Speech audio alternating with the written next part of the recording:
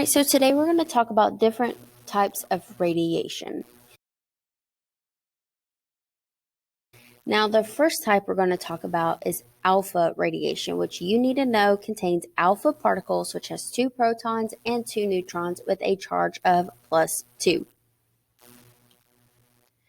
So since it's made up of 2 protons and 2 neutrons, it has a pretty large mass, and it has a charge of +2.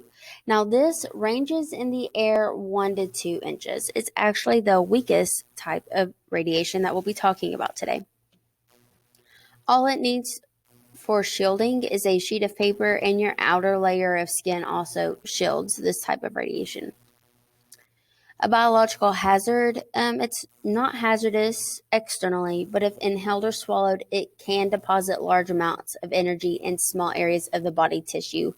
The skin is thick enough to block this most of the time, so when you inhale it or ingest it, it can cause harm to your inside. Sources, plutonium and uranium are different isotopes, which we'll talk about in a little bit, is where alpha radiation comes from.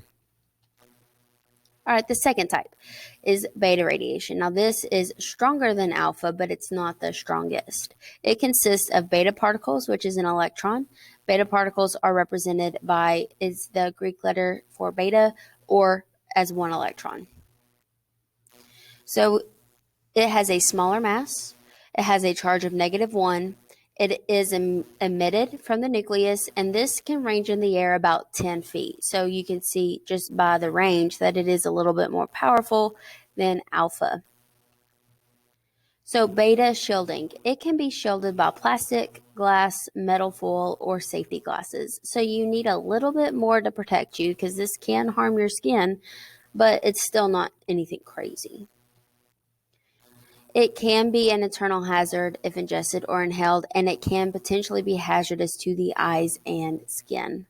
So think about a sunburn. Like the sun emits radiation. It can harm your skin if you're exposed for a long enough period of time, and it can harm your eyes as well. So this can come from uranium. It's also from all sorts of different substances, and it is a product of the fission process, which we talked about yesterday. And that brings us to the most powerful type of radiation, and that is gamma radiation. Gamma particles have no mass, therefore they have no charge, and they are denoted as the Greek letter for gamma. They do not stand alone, but piggyback on other radiation since it has no mass.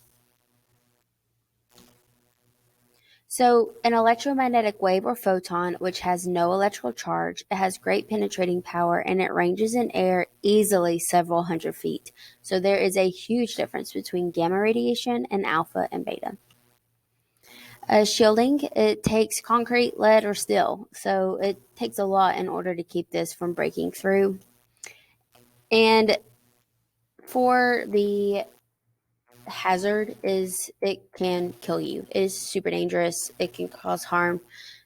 So you will also need to know that later on. So here's a review. It kind of have everything in one place. You will need to use the information I just gave you, and in your digital notebook, fill out the chart. For this first column, what it contains, is it protons, neutrons, anything, the charge, the range, the shielding, and the hazard. So you will need to use the information I just gave you all to fill in this chart.